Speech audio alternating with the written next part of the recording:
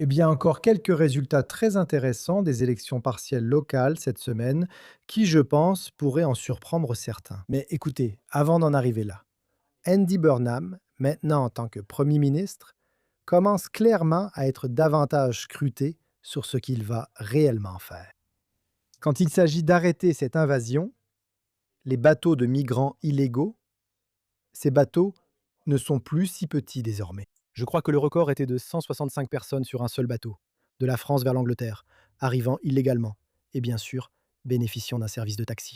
Et vous pouvez voir que le record ici, c'est que pendant les 7 premiers jours, comme le rapporte Guido Fox, là, 881 personnes sont arrivées pendant la première semaine de Burnham en tant que Premier ministre, sur 13 bateaux contre 546 personnes lorsque Starmer était Premier ministre. Donc, c'est un problème qui continue et que les travaillistes n'ont tout simplement pas arrêté, ni même réussi à freiner d'une quelconque manière. Et aussi, en ce qui concerne l'examen des plans fiscaux d'Andy Burnham, ceux-ci sont désormais également soumis à un examen approfondi. Réforme, c'est différent. Nous pensons que l'argent qui a été taxé lorsque vous l'avez gagné, taxé lorsque vous l'avez épargné et taxé lorsque vous l'avez dépensé ne devrait pas être taxé une quatrième fois. Nous pensons que l'argent qui a été taxé lorsque vous l'avez gagné, taxé lorsque vous l'avez épargné et taxé lorsque vous l'avez dépensé ne devrait pas être taxé une quatrième fois. Lorsque vous êtes mis en terre, nous croyons que la maison familiale est un héritage. Ce n'est pas une source de revenus. Nous pensons que la réaction appropriée de l'État britannique face au décès d'un membre de la famille doit être la compassion, pas une évaluation, pas la visite d'un inspecteur des impôts. Andy Burnham peut considérer cela comme son héritage, mais votre héritage ne lui appartient pas. C'est votre héritage, pas le sien. Voici donc l'engagement de réforme. Nous combattrons cette taxe, non pas par opposition systématique, mais parce qu'elle est injuste, irréaliste et cruelle envers le peuple de ce pays.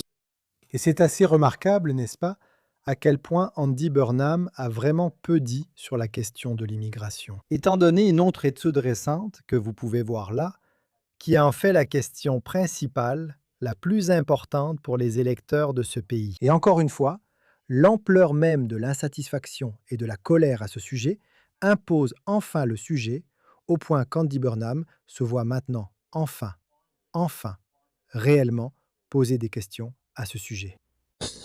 Le président Trump a affirmé hier, lors du briefing à la Maison-Blanche, que vous vouliez ouvrir la mer du Nord à l'exploitation pétrolière. Il a aussi affirmé que l'immigration détruit la Grande-Bretagne, avec des gens qui viennent du monde entier et y campent, tout simplement. Le président a-t-il raison ? Est-ce exact ce que vous lui avez dit sur le pétrole de la mer du Nord ? J'ai indiqué lors de l'appel téléphonique que nous avons eu lundi dernier que j'adopterais une approche pragmatique en ce qui concerne la mer du Nord. Et c'est mon intention à l'avenir. Il y a une ressource là-bas alors que les gens ont des difficultés. On ne peut pas ignorer cela et c'est pourquoi je l'ai indiqué au président. En ce qui concerne les questions plus larges autour de la Manche et de l'immigration, il y a évidemment eu des traversées cette semaine, mais dans l'ensemble, si vous regardez la situation en 2026 par rapport à l'année dernière, 2025, il y a des progrès significatifs en termes de réduction du nombre de traversées, du nombre de personnes qui arrivent. Mais il reste encore beaucoup à faire pour maîtriser la situation comme nous le souhaitons. La ministre de l'Intérieur exerce ce contrôle et je lui en suis reconnaissant, mais il faut faire encore plus pour faire baisser ces chiffres. Les expulsions augmentent aussi, cependant, et c'est un autre aspect de la situation que les gens doivent comprendre. Vous savez, des progrès sont réalisés sur tous les fronts, mais il en faut davantage. Concernant les élections partielles cette semaine lors de l'enregistrement, nous n'avons pas encore les résultats de l'élection partielle à la mairie du Grand Manchester.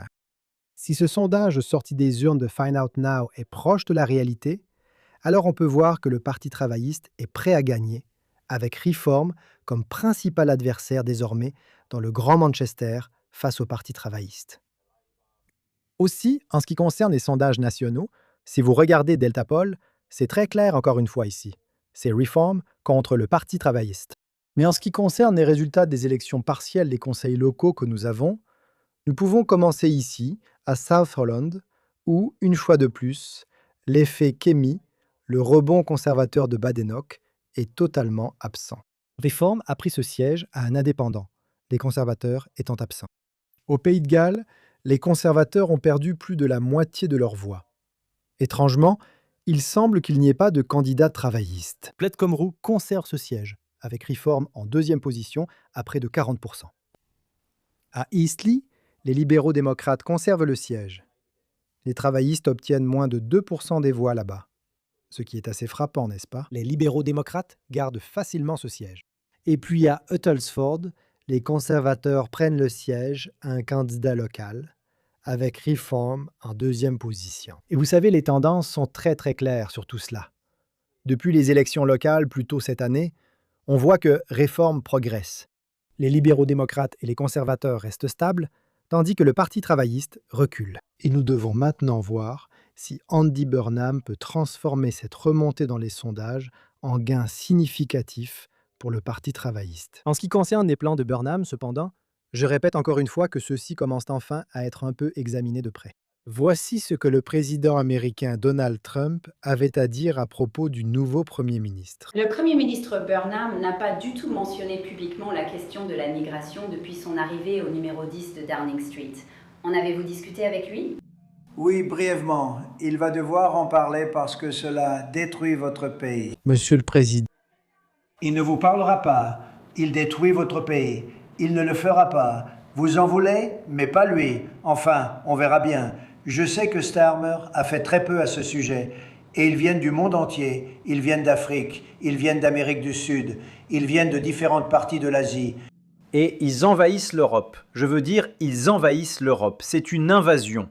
Et le Royaume-Uni est un suspect principal.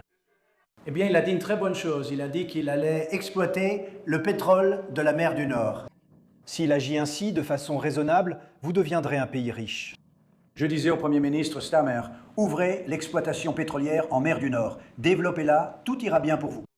Ouvrez-la. Ils ont deux problèmes. Un énorme problème d'immigration.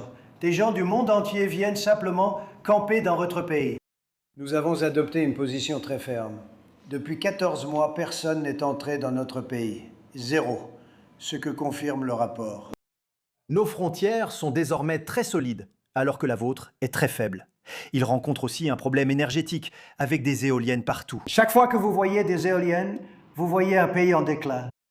Et elles sont fabriquées en Chine. Pas utilisées par la Chine, mais elles sont fabriquées en Chine. Et vous avez quelque chose qui s'appelle la mer du Nord. Et vous achetez beaucoup de votre énergie, comme vous le savez, de la mer du Nord. Vous l'achetez à la Norvège. Et la Norvège l'obtient de la mer du Nord. Ils obtiennent leur pétrole de la mer du Nord.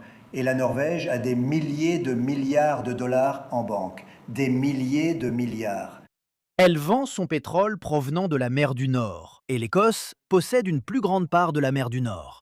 Et vous avez 500, 600, 700 ans, vous avez des zones de la mer du Nord qui n'ont même pas encore été explorées. Vous avez l'une des découvertes de pétrole les plus précieuses au monde. Et si le Royaume-Uni l'utilisait, il redeviendrait un pays riche. Et je vous le dis, je n'ai pas réussi à convaincre Starmer de l'utiliser. C'était incroyable. Chaque compagnie pétrolière que je rencontre, et ce sont tous de grands géants, chaque personne que je connais dans le secteur pétrolier me dit « S'il vous plaît, pourriez-vous autoriser l'exploitation de la mer du Nord? Pourriez-vous les convaincre de l'ouvrir? Ils meurent d'envie de le faire. » Et si vous autorisez les compagnies pétrolières à exploiter la mer du Nord, l'Écosse, l'Irlande, le Royaume-Uni dans son ensemble, mais c'est juste à Aberdeen en Écosse. C'est juste à Aberdeen. Et ce serait l'un des endroits les plus dynamiques. Vous savez, on l'appelait autrefois la capitale pétrolière de l'Europe. Aberdeen était la capitale de l'Europe. Et maintenant, ils n'extraient plus de pétrole. Personne ne comprend pourquoi. C'est l'un des meilleurs pétroles, le meilleur de la planète. Et c'est incroyable, il y en a en abondance. Vous n'avez pas à payer à la Norvège le triple de ce que ça leur coûte à extraire. Vous avez votre propre pétrole et gaz. Si vous utilisez la mer du Nord, le Royaume-Uni sera un pays vraiment riche. Je n'arrive pas à faire passer ce point. Le nouveau monsieur m'a dit qu'il allait autoriser l'exploitation de la mer du Nord. Attendons de voir.